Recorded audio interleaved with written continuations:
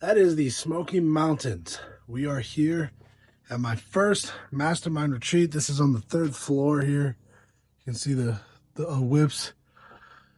And I want to tell you how I manifested being here. And before you start to think, bullshit, here comes another one of these spiritual people who are not talking about what they want. I mean, I'm literally sitting in the Smoky Mountains on some Ty Lopez stuff right now. But unfortunately, due to the conditioning of the matrix, you guys require me to give you social proof like this to listen. So if you're ready to learn how to manifest doing cool shit and seeing stuff like this, I mean, my camera is not doing justice to what I see every morning right now in this mastermind. But if you want to know how I went from being an average, normal human being, right, to ascending to the levels of YouTube guru and life coach. And I make that joke as a guru because at this point, my program has received so many positive feedbacks and so many results that I actually don't give a shit about what anybody has to say or to prove to any of you guys that it works. So instead, if you don't want to have skepticism and instead want to learn how you too can go from a place of lack to a place of abundance, all you got to do is watch this one video and I'll be able to help that with you. So basically, a couple, probably almost a year ago at this point, I had a vision to come to one of these retreats and host one of these here in Tennessee, in this exact same state. Now, I had a vision for a different house, and there's more on that later.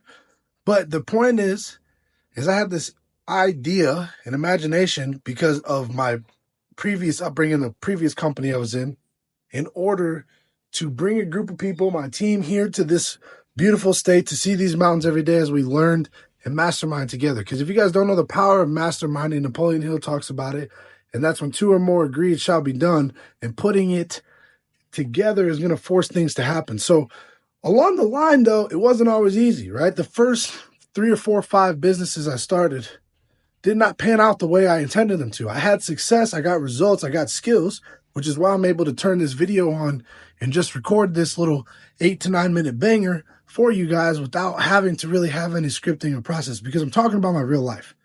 But as we just heard from 3 different millionaire speakers inside our retreat, it's usually not the thing you're doing right now that you're going to be doing to get the thing. So what that means is, like, you guys might be trying something right now. Maybe you just started a new diet, a new business, or a new venture inside your business. You're starting a new offer. You tried to run ads. You started a new store. You do, whatever. If you're in that season and you're applying yourself, you're taking action, and it feels like it's not working, and it feels like you're doing a whole lot of movement and maybe not a lot of progress, there's a reason. That's very simple. And if you watch this whole thing, I'm going to be able to give you that reason, right? Pause. So the fact is that you guys are thinking way too much. And a part of thinking too much is not really processing all of the thoughts that you currently have. So why are you doing the new thing? I know you may be thinking, like, what does this have to do with what you said at the beginning? Just watch the whole thing, man, and focus, okay? Why are you doing the new thing? What is the thing that you're trying to achieve by doing whatever it is you're currently doing inside your business, inside your life, whatever? If you are currently doing things primarily based out of a lack or hate or dislike out of where you currently are, primarily, instead of this other way, then you're going to experience pushback. You're going to experience limitations. You're going to experience hardship. Now, even if you don't and you do the things I'm telling you to do at the end of this, you still might experience those things, but you'll experience them and be able to move forward. If you don't do what I'm about to tell you to do, when you try to do anything that's new and you try to level up or you try to manifest doing cool shit like coming to the Smoky Mountains with a team of people in a 6-bedroom house with multiple levels like this, right? If you try to do that, you might experience it if instead of doing shit out of hate, if you say, I want to manifest it because I hate my life, I don't like this, I hate where I'm at, I hate my coworkers, I hate this business because it takes so much time. If you do that, To make it a real thing, all you have to do is say, well, you know what? There's a version of myself that exists that already has achieved every single thing I could possibly ever want in my business, in my life, in my relationship. There is a version of me in the future that if they were to stay on path, stay on mission, and to do the correct things in the right order, has already achieved that.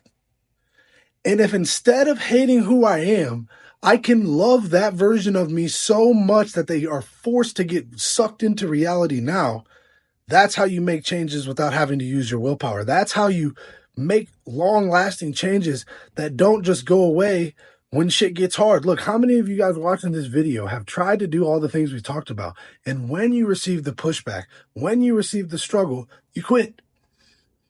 Or even worse, you start looking for something else to do instead of just doing the thing that you're afraid of failing at, instead of just doing the thing that will take you to the next level, because you don't love that person enough. You cannot hate yourself to a new level. I'm going to pause on that because I want you to get it. I'm going to tell you this. You can't hate yourself to another level. I said it again because I mean it. You have to love the new version of you that already has it so much that even though by reality, even though by the 3D, even though by other people in your life, even though by the results you may have, even though by how you look, by how the fights are going, whatever, that you love that person so much that despite all those circumstances, you still feel the love from already being them. And that you take the action anyway. And that you decide to do it anyway. Why? Because that person would do it. And you love that person. And we love to do things for the people we love. It's very simple. And maybe you're saying, bro, this is just another hoopla. Okay? You're another one of these spiritual N-words trying to spread a message, right? And that might be true on some levels. But the truth is, this is the truth. That's why if you are still watching, you can feel it in your chest that what I'm saying is the truth. You know, look at your own life. Look at the times that you were actually able to make those big changes. I know there's going to be some type of keyboard warriors like, oh, I hated myself when I was overweight, and that's how I ended up losing all this weight. Okay, but along the way, that might have got you to take the first step, but eventually you looked yourself in the mirror and said, damn, I'm proud of me. So that's the love that came from you seeing the results is what made you keep going. The hate just made it harder to go to the gym the next day. The hate just makes it harder, and it makes you have to force my way to not have a cheat meal. Self-discipline, a lot of these alpha male, sigma male fucking tryhards are going to lead you down the path of destruction. You don't need to be some giga chad to have a beautiful life. What you need to do is be primarily focused on loving yourself. I'm not saying don't work hard. I'm not saying don't take accountability. I'm not saying don't hold high standards. I am saying do it from a place of love, and you should pretty much be able to manifest anything you want. So peace, love, and prosperity. If you guys want to join my private coaching, you can look at the link below. Peace.